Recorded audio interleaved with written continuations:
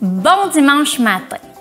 Quel bonheur de pouvoir vous annoncer officiellement aujourd'hui la réouverture de nos réunions le dimanche matin au cinéma RGFM. Donc, notez bien cette date à votre calendrier. L'Église réouvrira ses portes le dimanche, le 28 mars prochain. Donc, une date importante, une date où nous pourrons enfin nous retrouver tous ensemble, en personne. Une date qu'on attend depuis très longtemps. Nous avons vraiment hâte de vous revoir. Mais d'ici là, il se passe plein de belles choses à l'Église. Donc, plusieurs activités cette semaine. Tout d'abord, dès mardi soir prochain, 19h30, nous vous invitons à venir nous rejoindre pour la prière en direct sur notre page Facebook. Donc, vous êtes invités à venir vous connecter avec nous.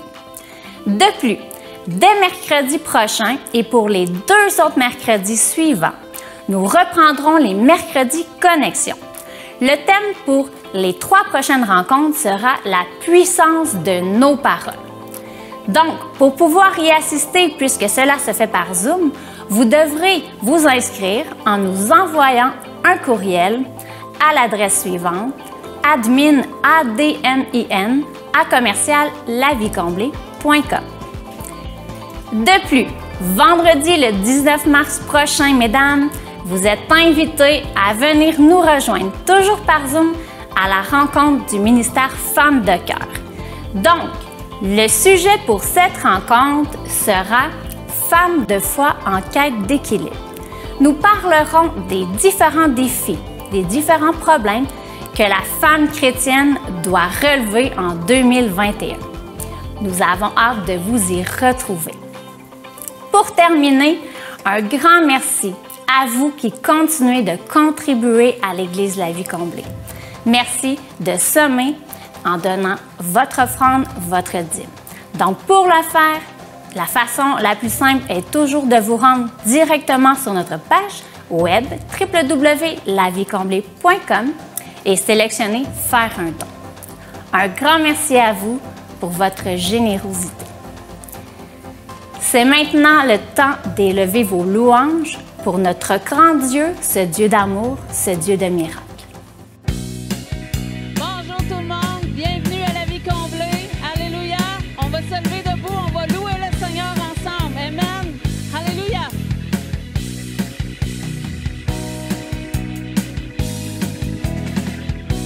Oh Dieu, tu règnes à jamais. Le monde connaîtra ton nom. Tous unis nous chantons l'hymne de tes rachetés. Je sais que mon Rédempteur vit et sur lui j'ai fondé ma vie. Mon sauveur vit. Je peux déclarer chaque matin, Jésus, tu es le seul chemin. Mon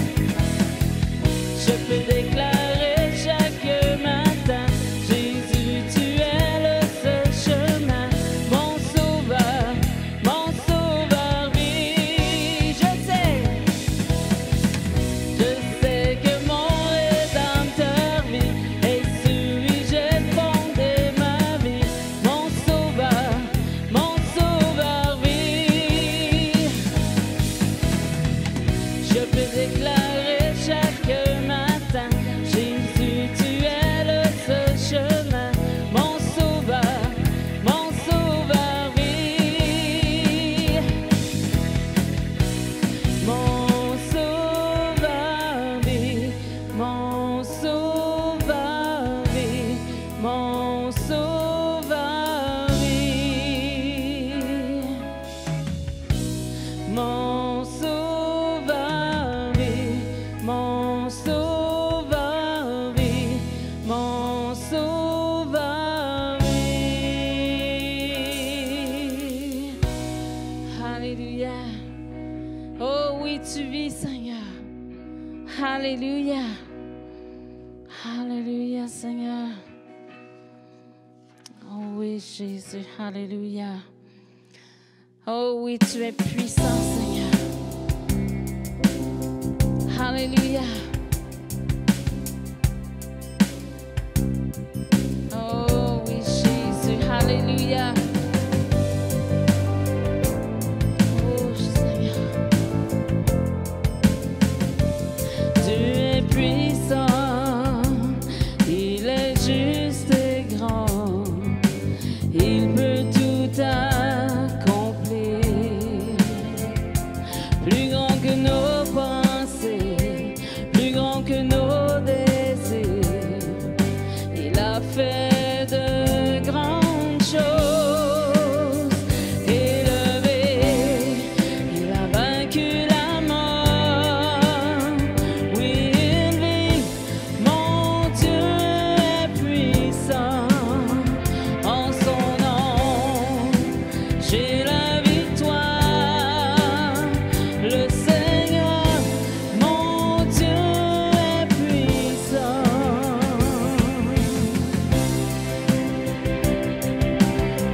Oh, alléluia, Seigneur.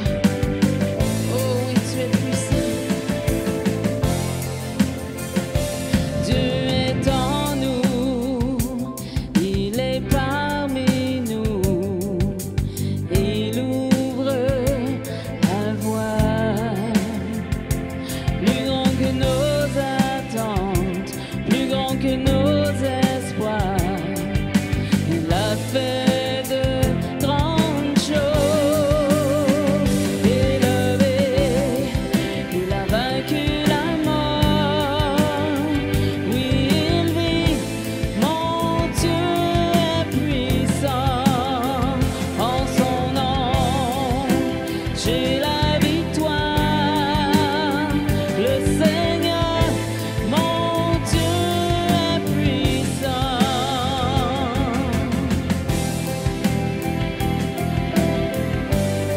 Alléluia, Seigneur.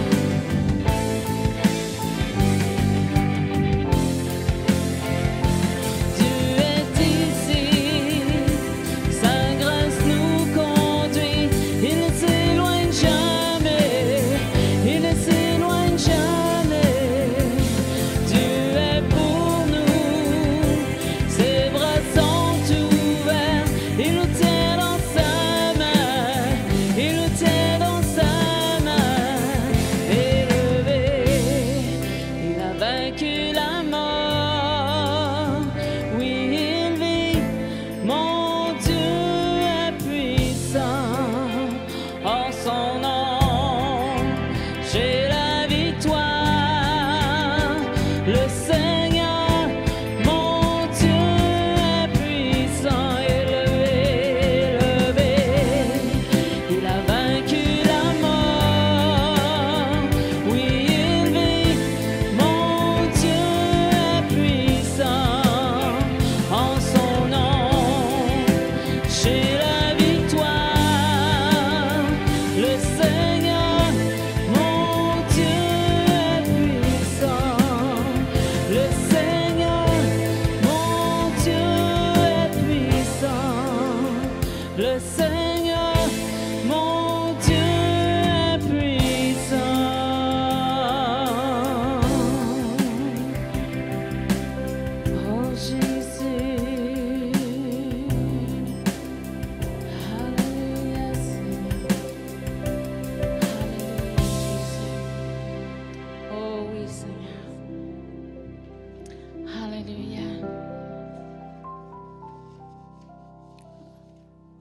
Jésus, alléluia.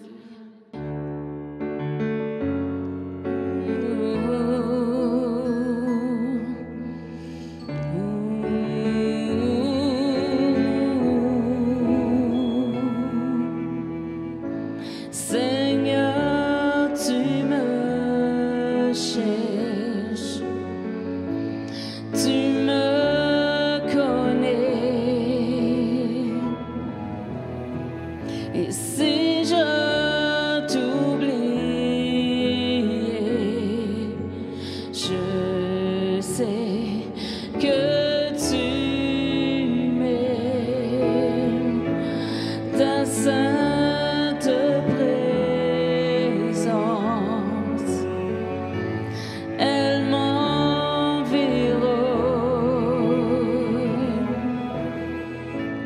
à chaque moment. Je sais que tu m'aimes. Je sais que tu m'aimes.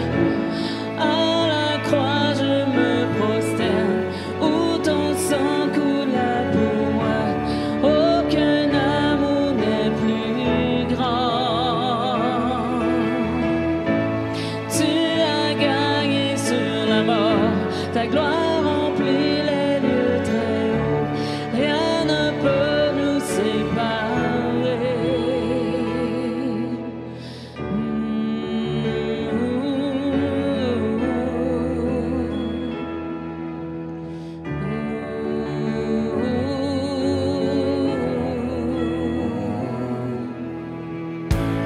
Tu marches devant moi, tu gardes mes pas,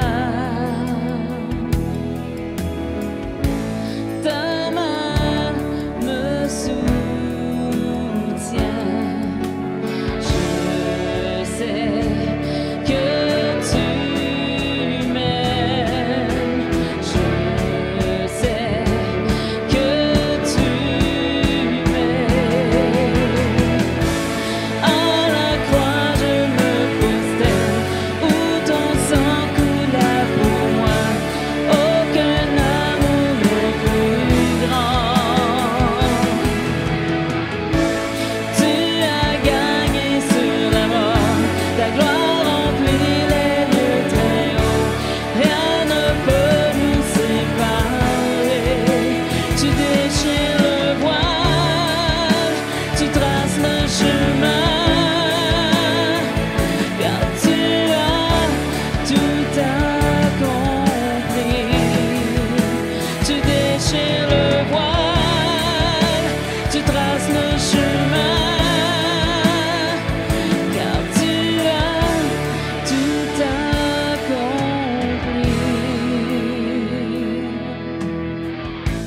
Si tout s'effondrait devant mes yeux,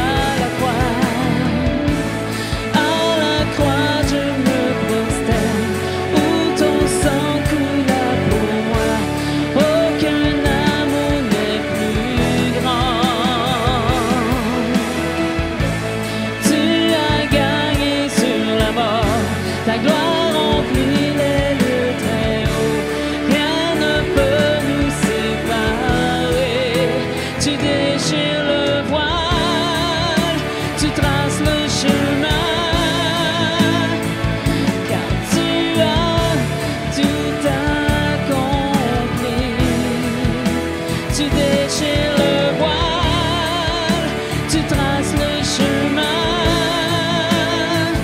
car tu as tout accompli. Si tout s'effondrait devant mes yeux, tu resterais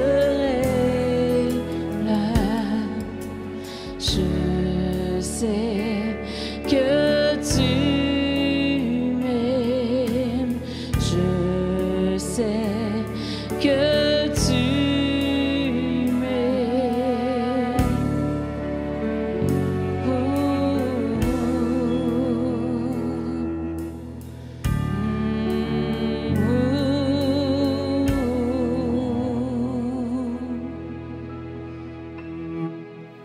Hallelujah.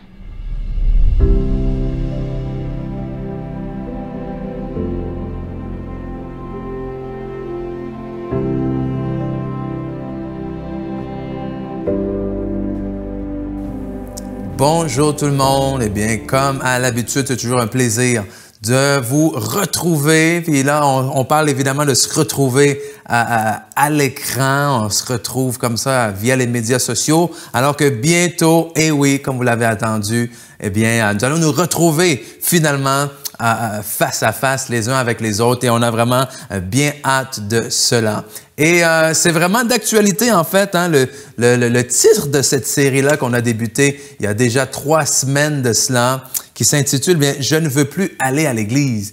Et puis, même si j'ose croire que c'est peut-être des choses que certaines personnes se disent, que tu sais, des fois, hein, comme on dit, loin des yeux, loin du cœur, il y a des gens peut-être qui ne veulent pas retourner à l'église. Il y a des gens peut-être qui ont vécu des choses dans les églises et qui se disent qu'ils ne veulent pas y retourner. Mais ici, en fait, ce qu'on veut voir dans cette série-là, c'est vraiment, on se pose la question, mais tant qu'à retourner à l'église, tant qu'à entendre justement que les lieux de culte vont enfin être réouverts, autant en profiter pour se poser la question, mais qu'est-ce qu'est l'église en réalité et qu'allons-nous faire une fois que nous allons, pouvoir enfin être réunis de nouveau. Et c'est sur cette église, cette ecclésia, cette assemblée de Jésus-Christ que nous voulons vraiment nous pencher.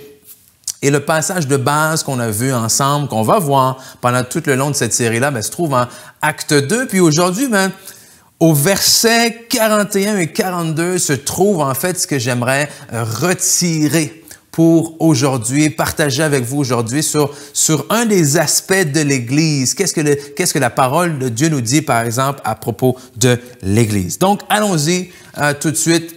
Acte 2, 41, 42. Ceux qui acceptèrent sa parole furent baptisés et ce jour-là, le nombre des disciples augmenta d'environ 3000 personnes. Ils persévéraient dans l'enseignement des apôtres, dans la communion fraternelle, dans la fraction du pain et dans les prières. Et aujourd'hui, si je peux donner un sous-titre à ce message-là, c'est quoi? Ça va être de croyants à disciples. De croyants à disciples. Parce que le mot que je veux souligner ici, c'est le mot qu'on a lu, le mot disciple, le nombre des disciples. De dire que dans le surnaturel, ou plutôt dans le spirituel, tout comme dans le naturel, il y a une notion de croissance. Où est-ce qu'on veut grandir? Hein? On accepte le Seigneur une journée et Dieu, évidemment, nous accepte tels que nous sommes et on ne veut pas que ça soit autrement, mais il désire également nous voir grandir dans notre identité avec lui, nous voir grandir dans ce que nous connaissons, nous voir grandir dans les promesses et dans qu'est-ce que nous arrivons à appliquer dans nos vies. Et pareillement, on veut grandir et passer de croyant à être vraiment un disciple de Jésus-Christ. Parce que Jésus, ce qu'il dit ici, c'est il n'a pas envoyé son Église à faire des croyants simplement. Il n'a pas envoyé son Église pour faire remplir, les lieux de culte, les baptistes. Non. Ce qu'on voit en Matthieu chapitre 28, donc Matthieu 28, 18 à 20, Jésus dit clairement à ses disciples, allez, faites de toutes les nations des quoi? Des disciples. Okay? Pas aller faire juste des croyants, des gens qui vont croire, mais vraiment des disciples, les baptisant au nom du Père, du Fils et du Saint-Esprit et enseignez-leur à observer tout ce que je vous ai appris et voici, je suis avec vous tous les jours jusqu'à la fin du monde.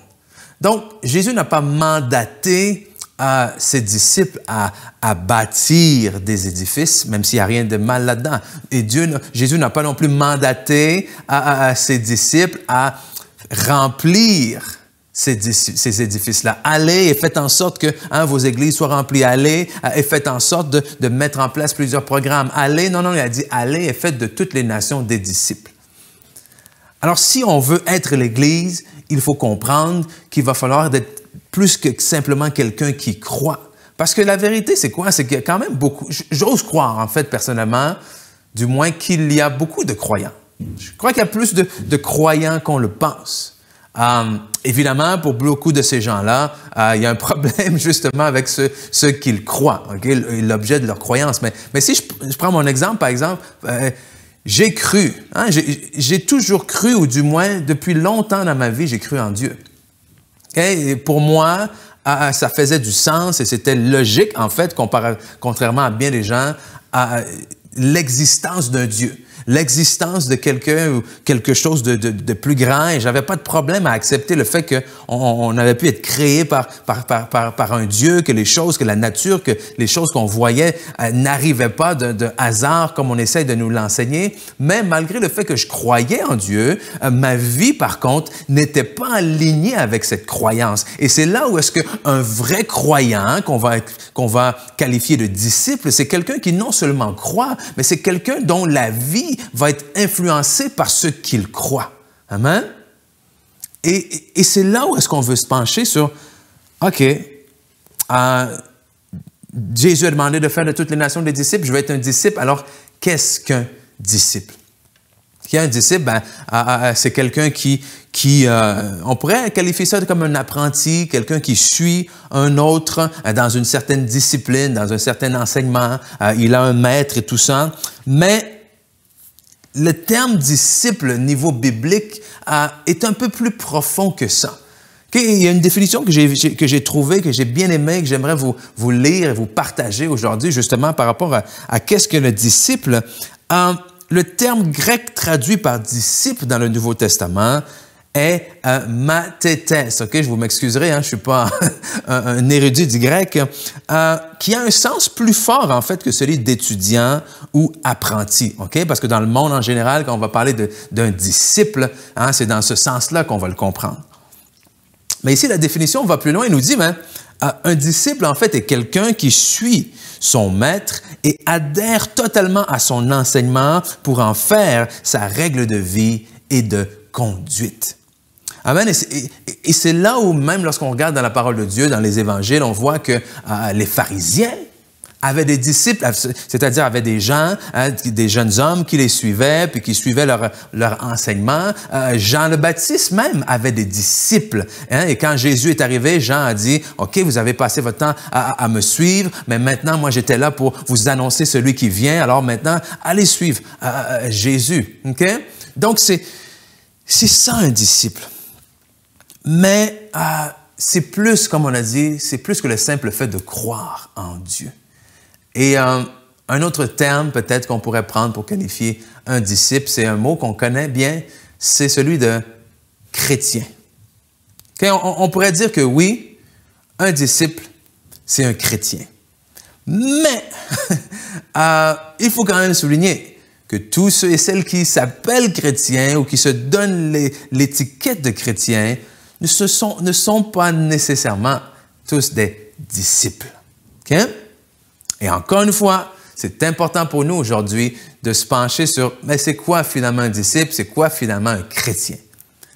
Et déjà, une chose qui est importante, qui est intéressante, du moins à savoir, à comprendre, à voir et à réaliser, c'est que alors que c'est quelque chose, c'est un terme qu'on emploie souvent aujourd'hui, la réalité, c'est que lorsqu'on regarde dans la parole de Dieu, le mot chrétien, du moins dans la version Louis II, n'apparaît qu'à 3 reprises. Okay?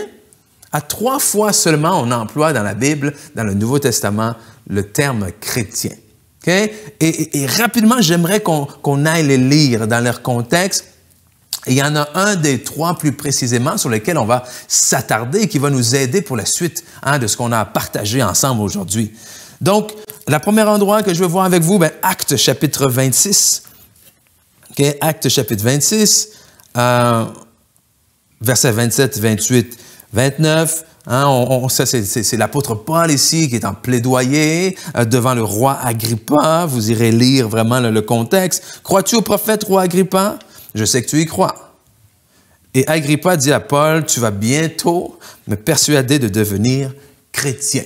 OK? C'est une des choses un des endroits où on voit le mot chrétien. Ensuite, 1 Pierre, chapitre 4. 1 Pierre, chapitre 4, au verset 14.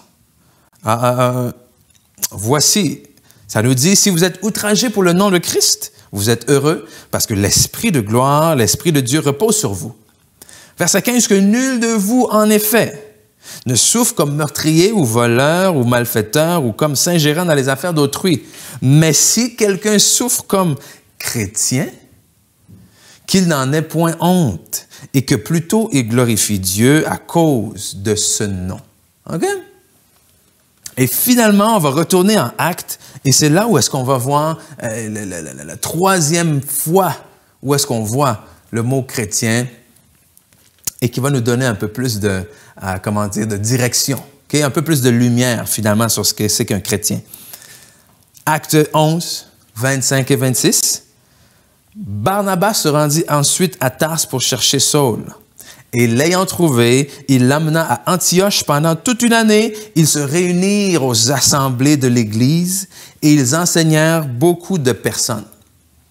Ce fut en Antioche que pour la première fois, les disciples furent appelés chrétiens. Donc on voit, un chrétien, c'est quoi? Un chrétien, c'est un disciple de Jésus-Christ. OK? Et c'est à Antioche que ces disciples-là ont été appelés pour la première fois chrétiens. Et tout porte à croire, plusieurs, lorsqu'on étudie la parole, les érudits, lorsqu'ils regardent l'histoire, tout porte à croire que ce ne sont pas les disciples eux-mêmes qui se sont donné ce nom-là. C'est pas comme s'ils étaient ensemble, comme vous êtes avec vos amis, vous décidez de partir, un band de musique ou quoi que ce soit dans votre garage, puis vous dites, il faut qu'on se trouve un nom, on va s'appeler les chrétiens. T'sais. Non, c'est pas ça du tout. Au contraire, ce seraient les gens du dehors qui auraient examiné et vu la vie de ce groupe de disciples-là qui se tenaient ensemble, qui marchaient d'une façon, qui agissaient d'une certaine façon, qui parlaient d'une certaine manière, et ils leur ont attribué le terme chrétien, c'est-à-dire comme Christ, à la ressemblance de Christ, bref, à la ressemblance de leur maître. Wow! Alors, si on veut des chrétiens aujourd'hui, il va falloir qu'on examine nos vies et qu'on commence à marcher comme Christ, parce que c'est le nom que nous portons. Et qu'est-ce qu'on peut dire de chrétien? Wow.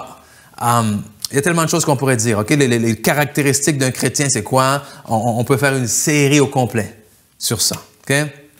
Mais aujourd'hui, il y a trois choses. Il y a trois choses basées en fait sur quelque chose qui est dans le verset qu'on a lu au départ, que je veux voir avec vous, qui doivent caractériser la vie d'un disciple, selon moi. Okay? Et cette chose-là, on la trouve au verset 42, lorsqu'on était en Acte 2, et c'est le mot « il persévérait dans l'enseignement des apôtres ». Okay? Pour moi, là, qu'est-ce que je vois ici? L'important à souligner, c'est que les disciples persévéraient.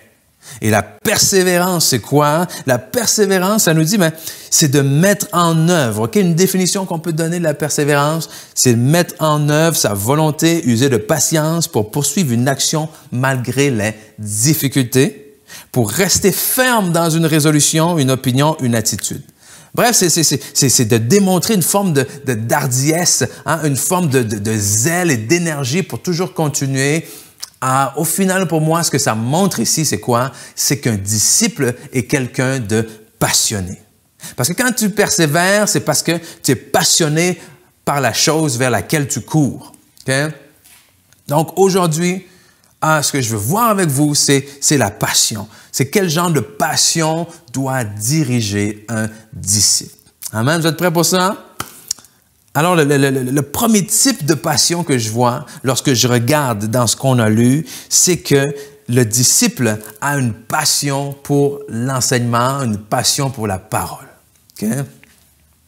Le disciple a une passion pour la parole.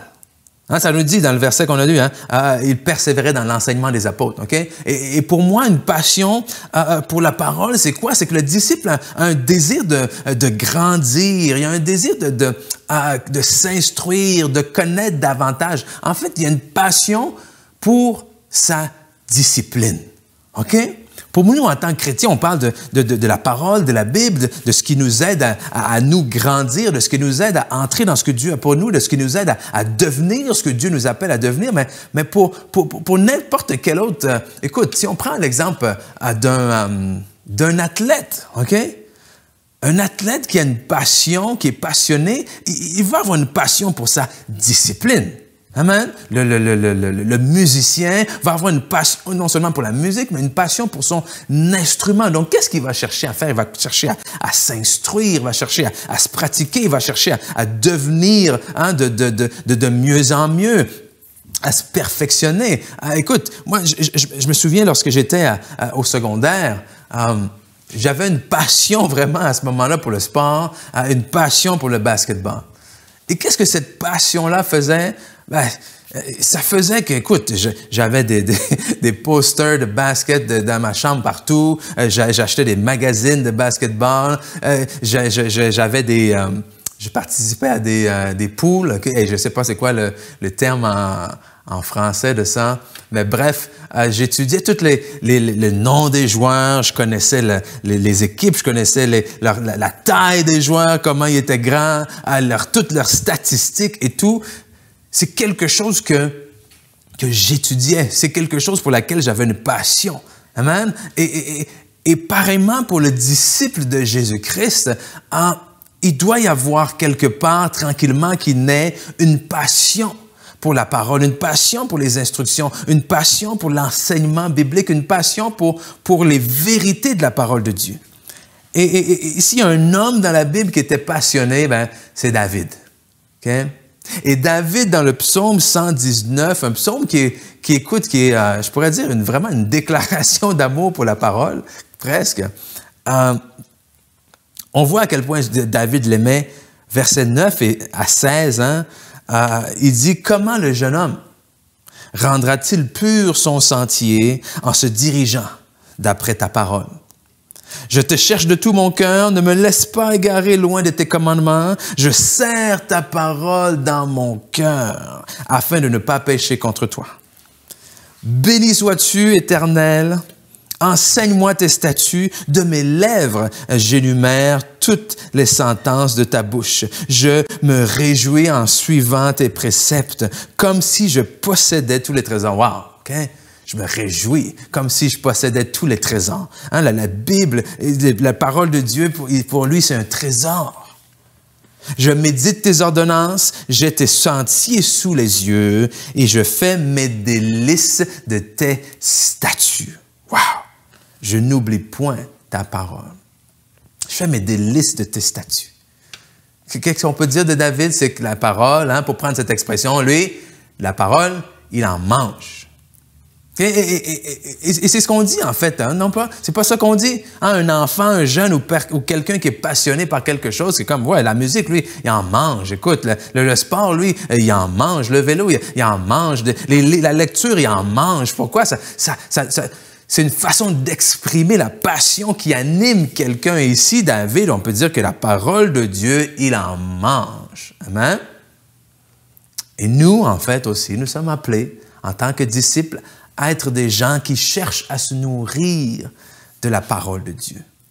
Certes, on a on peut dire qu'on peut avoir des appétits différents, amen, mais néanmoins, c'est quelque chose que l'on devrait chercher. C'est quelque chose vers laquelle on devrait tendre. On devrait chercher, en fait, à être comme des chrétiens, les chrétiens de Bérée, Qui sont les chrétiens de Bérée? La parole de Dieu nous parle de ces chrétiens-là qui ont reçu la parole qui leur a été enseignée avec empressement. On va lire vraiment, on va lire ce passage-là, puis qui ont cherché à comprendre, qui ont cherché à la mettre en pratique. Puis c'est comme ça qu'on devrait être.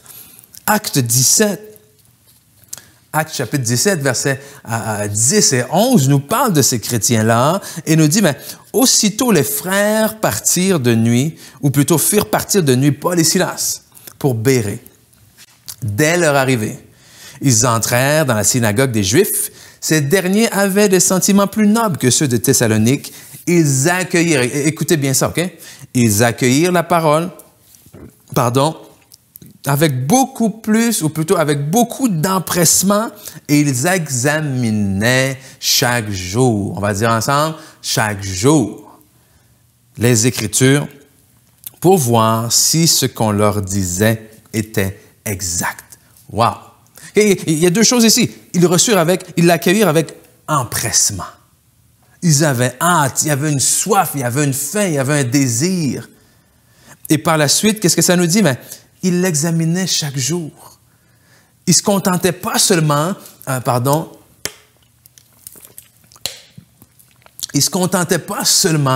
de l'écouter, ils ne se contentaient pas seulement de l'entendre, ils ne se contentaient pas seulement d'aller à l'église et d'écouter un message, puis de rentrer à la maison. Non. Ce qu'ils faisaient, c'est que oui, si on prend l'exemple de nous, par exemple, qui va à l'église le dimanche, c'est que oui, on se rend au lieu de culte, on se rend au bâtiment, on se rend à la réunion, on s'assoit, on entend, on écoute le message du pasteur, mais on retourne à la maison et on examine les Écritures, on amène ça devant Dieu avec l'aide du Saint-Esprit. Pourquoi? Non seulement pour examiner si ce qu'on nous a enseigné est correct, amen, parce qu'il faut faire ça.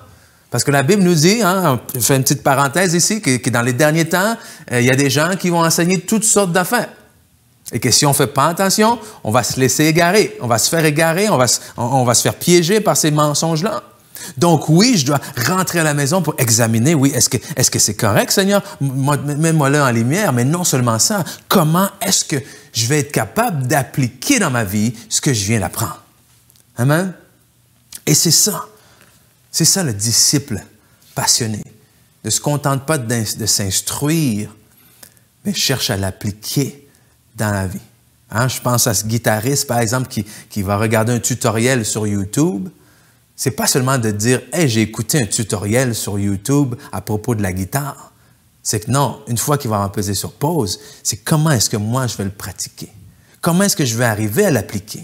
Pour que la prochaine fois, quand je vais être dans un contexte de pratiquer, de mettre en évidence mon don, mais je vais pouvoir appliquer ce que j'ai appris. Amen? Donc ça, c'est la passion pour la parole, la passion pour son enseignement, la passion pour la discipline elle-même. Mais non seulement ça, mais quand on regarde les disciples de Dieu, le chrétien, il doit y avoir une passion pour les autres. Amen? Donc, le deuxième type de passion qui doit motiver un enfant de Dieu, un chrétien, un disciple de Jésus-Christ, c'est une passion pour les autres. Jean 13, 34 et 35, on connaît ça, hein? Jean 13, 34 et 35 nous dit, « Je vous donne », c'est Jésus lui-même qui parle et qui s'adresse à ses disciples en leur disant, « Je vous donne un commandement nouveau. Aimez-vous les uns les autres comme je vous ai aimé, vous aussi. Aimez-vous les uns les autres. C'est à cela que tous reconnaîtront que vous êtes mes disciples si vous avez de l'amour les uns pour les autres. » Et lorsqu'on lit ça rapidement, on peut facilement se dire, oui, mais OK, j'aime mes frères et mes sœurs, j'aime ceux et celles qui viennent à l'église avec moi, j'aime, il n'y a personne que je déteste vraiment, j'aime tout le monde. OK? Mais il faut quand même s'attarder au fait que Jésus dit, c'est à l'amour que vous allez avoir les uns pour les autres que les autres vont remarquer que vous êtes mes disciples. Rappelez-vous, qu'est-ce qu'on a vu à propos de l'église d'Antioche, que c'est à Antioche que pour la première fois, les disciples ont été appelés chrétiens. C'est-à-dire que c'est là où est-ce que finalement les gens autour de l'église ont remarqué quelque chose qui ont fait... qui leur ont, gagné le droit, si on peut dire, de recevoir l'étiquette, mais vous êtes comme Christ. Et c'est exactement ce que Jésus dit ici. Il ne dit pas seulement « aimez-vous les uns les autres », mais il dit quelque chose d'important avant de mentionner ça. Il dit « comme je vous ai aimé, vous aussi aimez-vous ». Ah! Donc les gens vont remarquer que nous sommes les disciples de Christ, non seulement alors que nous allons nous aimer les uns les autres, mais alors que nous allons nous aimer comme Christ nous a aimés. Et là, ça va faire toute une différence. Pourquoi? Parce que c'est le genre d'amour que le monde ne connaît pas. Amen? C'est ce genre d'amour sacrificiel, c'est ce genre d'amour qui ne cherche pas à son propre intérêt, c'est ce genre d'amour qui croit toujours le meilleur des autres, c'est ce genre d'amour qui ne juge pas, c'est ce genre d'amour qui ne garde pas rancune, mais qui pardonne, c'est ce genre d'amour qui fait attention pour ne pas blesser, c'est ce genre d'amour que le monde cherche sans même savoir que c'est ce qu'il cherche. Amen? Et tellement que le monde dans lequel on vit sont habitués à vivre sans ce genre d'amour-là, ils ne pensent même pas que ça existe. Mais quand ils les rencontrent, inévitablement, ils savent, ils ressentent qu'il y a quelque chose de différent. Amen? Et c'est là où, en tant que disciples de Jésus-Christ, on doit apprendre à marcher d'abord les uns les autres, entre nos frères et sœurs chrétiens. Pourquoi? Parce que quand quelqu'un d'autre qui va venir se joindre à l'Église, va venir regarder comment c'est à l'Église, vous invitez un ami, un parent, peu importe, à venir à l'Église, une des choses qu'il doit remarquer, c'est ça. Amen?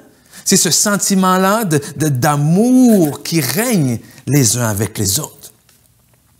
Et c'est un commandement même. C'est pas juste, « Hey, allez-y, ça serait bien que vous vous aimiez. » C'est un commandement de notre Seigneur. C'est un commandement de notre Maître. Et si nous nous disons disciples de Jésus-Christ, alors nous voulons marcher comme notre Maître, nous voulons lui obéir. Et une des choses qu'il nous dit, c'est aimez-vous. On voit cet épisode avec cet homme de la loi qui est allé voir Jésus, qui l'a testé, qui lui a demandé, mais quel est le plus grand des commandements? Matthieu 22, 36 à 40. Maître, quel est le plus grand des commandements? De la loi, Jésus lui répondit, mais tu aimeras le Seigneur, ton Dieu, de tout ton cœur, de toute ton âme et de toute ta pensée. C'est le premier, le plus grand commandement. Et voici le second, qui lui est semblable, tu aimeras ton prochain comme toi-même. De ces deux commandements dépendent toute la loi et les prophètes. Wow! Il ne faut pas perdre de vue qu'est-ce que Jésus vient de dire ici, là, OK? De ces deux commandements basés sur l'amour, aime Dieu, aime ton prochain comme toi-même. Toute la loi et les prophètes, tout ce qui était, enseigné, prophétisé sous la loi, tous les commandements, tous les préceptes, toutes les lois ramenaient à ces deux-là. Pourquoi? Parce que la Bible nous dit, parce que si tu aimes ton prochain, tu ne commettras pas le mal. Si tu aimes ton prochain, tu ne tueras pas ton prochain. Si tu aimes ton prochain, tu ne le voleras pas. Si tu aimes ton prochain, tu ne lui mentiras pas. Si tu aimes ton prochain, tu ne commettras pas l'adultère. Bref, si tu aimes ton prochain, tu accomplis tout ce qui était sous la loi. Amen. Et c'est là où Jésus nous dit, aimons-nous. Et vous savez qu'un disciple est passionné par sa discipline. Il aime sa discipline. Mais nous, non seulement nous devons être passionnés par la discipline, mais nous devons être passionnés des autres. Parce que sinon, ça fait un peu comme les pharisiens, passionnés d'une certaine façon par la parole. Ils cherchent à s'instruire intellectuellement, mais hypocrites par rapport aux autres. Et c'est là où, en tant qu'Église, on dit on est une Église quoi? On est une Église centrée sur Jésus. On est une Église basée sur la parole, mais orientée vers les gens. Pourquoi? Parce que ultimement, c'est ce qu'on est appelé à faire. C'est que l'amour qu'on porte à notre Dieu et l'amour que notre Dieu nous porte s'exprime alors que nous aimons les autres à notre tour. Donc, c'est cette passion-là, une passion pour la discipline, l'enseignement, la parole, une passion pour les autres. Et ultimement, troisièmement, évidemment, ça va de soi, une passion pour son maître. Il y a une passion, il y a un amour pour ton maître, ton idole ou peu importe quelqu'un qui t'enseigne. Okay? Et je reprends encore cet exemple-là, par exemple, de sport, okay? Où est-ce que plus jeune, j'avais, oui, des entraîneurs, mais j'avais aussi des... il y a des athlètes que tu regardes, OK? Eux, ils ne savent pas qu'ils sont ton entraîneur, mais tu les regardes. Tu les regardes et tu cherches à les imiter. Et combien d'heures, je me souviens, j'ai passé en regardant des vidéos de mes joueurs préférés et que là, ben, j'essayais de les imiter, de faire la même chose qui était sur la vidéo. Il y avait une passion, il y avait leurs photos là, hein, dans ma chambre et tout ça. Il doit y avoir une passion pour notre maître. Et en tant qu'enfant de Dieu, wow, on doit être passionné de Jésus. On doit chercher à le connaître davantage, chercher à se rapprocher encore plus de lui. On doit chercher à imiter ce que Paul nous dit. Écoute, j'aime tellement ce que je m'apprête à vous partager en Philippiens chapitre 3, versets 9 et 10. Je vais vous le lire dans la version Parole vivante. Je trouve que ça l'exprime encore mieux. C'est Paul, justement, qui parle de cette passion, de ce désir-là de se rapprocher, de connaître Jésus. Et il dit, ouais, écoutez bien, une seule chose m'importe, être reconnu pour un des siens. On parle de Jésus, évidemment. Une seule chose m'importe, être reconnu pour un des siens et être uni à lui. Il dit d'une certaine façon ici, il y a juste une chose qui est importante pour moi, c'est que les gens reconnaissent que je suis chrétien. Amen. C'est que les gens reconnaissent que je suis un disciple. C'est que les gens reconnaissent que je lui appartiens. J'ai renoncé à chercher l'agrément de Dieu sur la base de mes accomplissements, de l'accomplissement d'une loi, pardon. Je ne possède donc plus de justice personnelle due à mes propres efforts. Si je suis juste aux yeux de Dieu, c'est parce que j'ai placé ma confiance en Christ. La justice donnée par Dieu naît de la foi et s'appuie sur elle.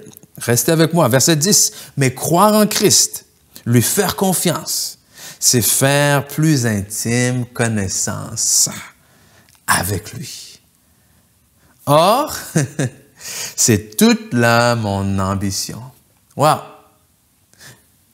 Or, c'est là toute mon ambition. Et on parle d'ambition, hein? On entend ce mot-là, c'est important d'avoir de l'ambition. Ici, Paul il dit, ma seule ambition, c'est de connaître de plus en plus intimement le Seigneur Jésus. Wow! Vous parlez d'un disciple passionné, ça? Le connaître de mieux en mieux. Expérimenter la puissance émanant de sa résurrection et communier avec ses souffrances en mourant avec lui. Oui, j'aspire à être continuellement transformé en partageant sa mort. Wow! Wow! J'aime tellement ça.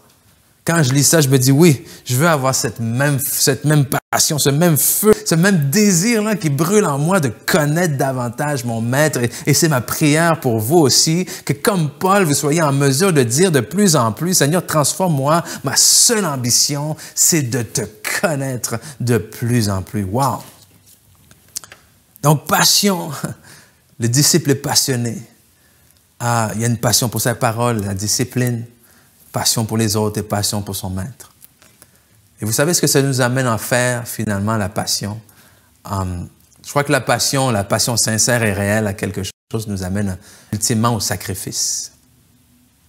Okay, pourquoi? Parce que je crois que quand on est passionné envers quelque chose et on court et on persévère, comme c'est écrit vers cette chose-là, ça va nous obliger à un moment ou à un autre à faire des choix, de faire des sacrifices. L'athlète qui est passionné par son sport et qui veut avancer toujours de plus en plus loin, s'exercer et s'améliorer, tôt ou tard, il devra faire des sacrifices. Tôt ou tard, il devra faire attention à ce qu'il mange. Tôt ou tard, il devra faire plus d'entraînement physique. Tôt ou tard, il devra refuser de sortir avec des amis. Pourquoi? Pour se coucher plus tôt. Tôt ou tard, il va falloir qu'il se lève plus tôt, amen, alors que tout le monde est déjà couché. Pourquoi? Pour commencer ses entraînements. Le musicien, pareil, il devra faire des sacrifices, des heures et des heures et des heures de pratique.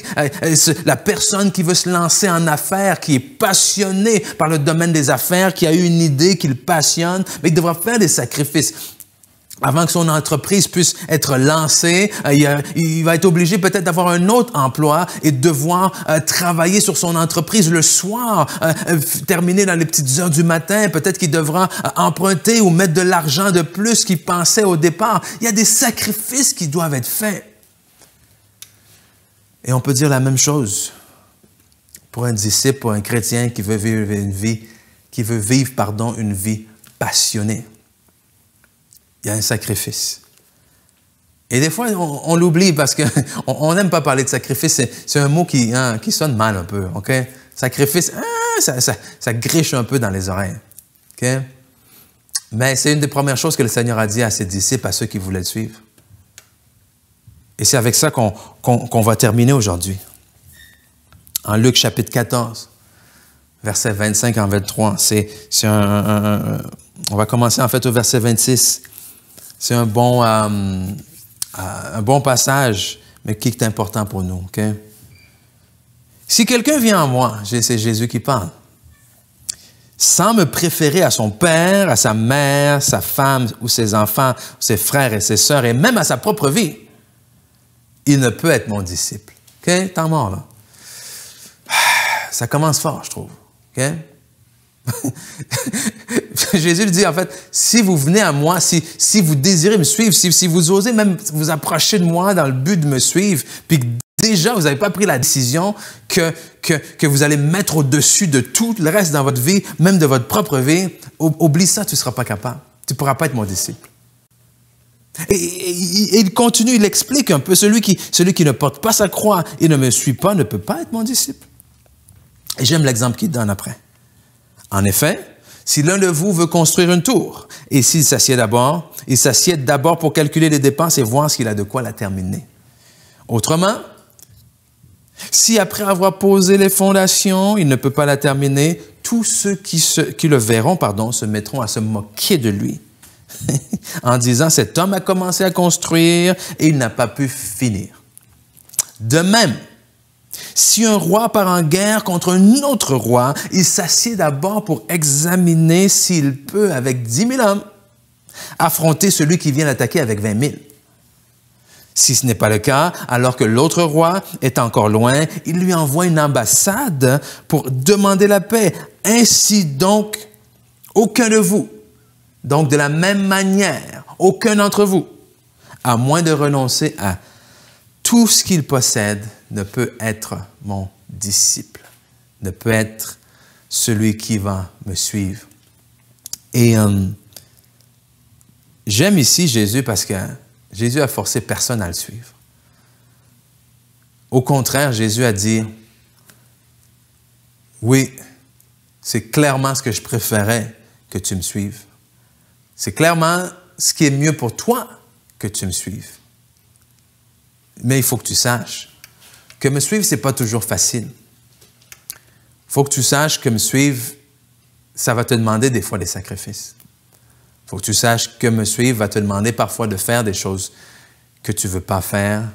Il faut que tu saches que me suivre va peut-être t'emmener un peu des fois les moqueries ou les railleries de tes proches, de tes familles ou de tes amis. Il faut que tu saches que de me suivre, des fois, va t'exposer à des moments où est-ce que tu vas te demander, oui, mais pourquoi ça s'est passé comme ça? Il faut que tu saches que de me suivre va t'exposer à des situations où est-ce que tu ne comprendras pas et tu vas penser que Dieu t'a abandonné. Il faut que tu saches que suivre Jésus va avoir parfois des saisons de frustration, des saisons d'incompréhension. Et Jésus dit, est-ce que tu es prêt à payer ce prix? Amen. Parce que la passion, la poursuite passionnée, la persévérance vers quelque chose, tôt ou tard, nous expose devant un choix, tôt ou tard, nous expose au sacrifice. Et c'est avec cette question que je vais vous laisser aujourd'hui. Parce qu'on se rappelle, ce que l'on veut, c'est ne plus aller à l'Église, mais c'est d'être l'Église. Et si on veut être l'Église, eh bien, l'Église de Jésus-Christ est composée de chrétiens. de disciples, de gens qui mettent leur passion, leur amour, leur énergie en toute humilité, sans être parfaits, mais avec un désir de jour en jour, de gloire en gloire, de marcher de plus en plus à l'image de leur Seigneur Jésus-Christ. Alors, nous avons besoin d'être des gens passionnés. Nous avons besoin de ranimer cette flamme-là. Hein? Si vous êtes là, vous avez peut-être perdu un peu. Le feu, c'est peut-être, comment dire, pas éteint totalement, mais écoute, amenuisé un peu à travers les derniers mois, hein, sans aller à l'église. Mais je prie pour vous que cette passion-là, amen, elle se ranime en vous alors que nous sommes sur le point de pouvoir rouvrir les portes. Que le Saint-Esprit lui-même en vous puisse vous aider à vous nourrir davantage de la parole, vous aider à développer un amour pour les autres et surtout un amour, une passion pour votre Maître qui va vous aider à vous transformer de jour en jour en son image. Amen. Et si c'est vous aujourd'hui, on va terminer. Jésus l'a dit, si vous voulez être mon disciple, si tu veux me suivre, ben, il va falloir que tu renonces à ta vie. La bonne nouvelle, c'est que Jésus-Christ est allé à la croix pour nous. Amen. Il était tellement passionné pour nous qu'il a décidé de mourir à notre place. C'est-à-dire que le prix que nous devions payer pour nos péchés, le prix que nous devions payer pour nos fautes, nos manquements, nos erreurs, Jésus était tellement passionné pour nous qu'il a décidé de dire non, je vais payer à leur place parce qu'ils n'ont pas ce qu'il faut. Ils n'ont pas l'argent nécessaire, amen. Ils n'ont pas le caractère nécessaire. Ils n'ont pas la nature nécessaire. Mais moi, je vais y aller pour eux. Et c'est ça la bonne nouvelle. La bonne nouvelle, c'est que Jésus-Christ est mort pour nous. La bonne nouvelle, c'est qu'il est ressuscité des morts. Et quand il est ressuscité avec une vie nouvelle. Il est ressuscité avec une vie éternelle. Et la bonne nouvelle, c'est que cette vie éternelle-là, qui ne meurt jamais, mais qui est victorieuse et conquérante à chaque instant, il veut la donner à quiconque décide de mettre sa foi, sa confiance en lui. Mais ce qu'il faut faire, c'est qu'il faut mettre votre vie de côté. Amen. Il y a comme cet échange-là qu'il faut faire. Alors, si aujourd'hui vous voulez accepter ce don gratuit, ce cadeau que Dieu a pour vous, alors je vous invite à faire cette simple prière. C'est pas la prière qui sauve, encore une fois, mais c'est vraiment cette foi que vous avez dans votre cœur, cette foi sincère que Jésus connaît, cet amour sincère envers lui qui dit oui, je veux te connaître, oui, je veux mettre de côté tout ce que je connais parce que je sais que tout ce que j'ai essayé de faire, tout ce que je connais fonctionne pas pour le moment, n'a pas fonctionné à date. Donc c'est en toi que je veux me remettre totalement, c'est en toi que je veux remettre ma vie et prendre la tienne. Alors on va dire, Seigneur Jésus, je te remercie. Je te remercie pour le don gratuit de ta vie éternelle. Je te demande pardon pour mes péchés. Et aujourd'hui, je décide de renoncer à ma vie, de déclarer que je crois dans mon cœur que Jésus-Christ est le Fils de Dieu, qu'il est mort et ressuscité pour mes péchés. Donc aujourd'hui, je reçois une vie nouvelle. Je suis transformé de jour en jour, par son esprit. Et grâce à lui, grâce à son amour, grâce à sa patience, il m'aide à grandir de croyant à disciple et à développer cette passion. Alors, amen, amen, amen. Donc, si c'est vous, je suis passionné, puis j'ai hâte de vous entendre. Laissez-nous savoir, s'il vous plaît. Laissez-nous savoir, que ce soit dans les commentaires, que ce soit via notre site Internet. Laissez-nous savoir que vous avez décidé de prendre cette direction passionnée-là, de suivre le Seigneur Jésus. Et nous allons continuer à prêcher de manière passionnée. Nous allons continuer à enseigner la parole de manière passionnée et encore plus alors que nous ne pouvons attendre, amen, le temps où est-ce qu'on va pouvoir vous revoir enfin les yeux dans les yeux. Amen. Donc, d'ici là, soyez grandement bénis, soyez encouragés et développez ce feu-là, alimentez-le toute la semaine. Puis, on se revoit très bientôt. Il y a beaucoup de choses qui vont se passer cette semaine. Hein? Écoutez les annonces. OK, tout le monde, je vous aime. Bye bye. Je ne veux plus aller à l'église. Une série tellement d'actualité alors que nous ouvrirons prochainement les églises. Donc, nous vous remercions vraiment d'avoir été avec nous aujourd'hui.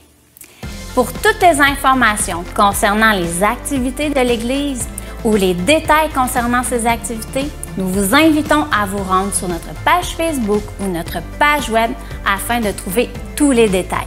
Si vous avez d'autres questions, vous pouvez toujours communiquer avec nous, soit en nous appelant, soit en nous envoyant un courriel. Il nous fera vraiment plaisir d'y répondre.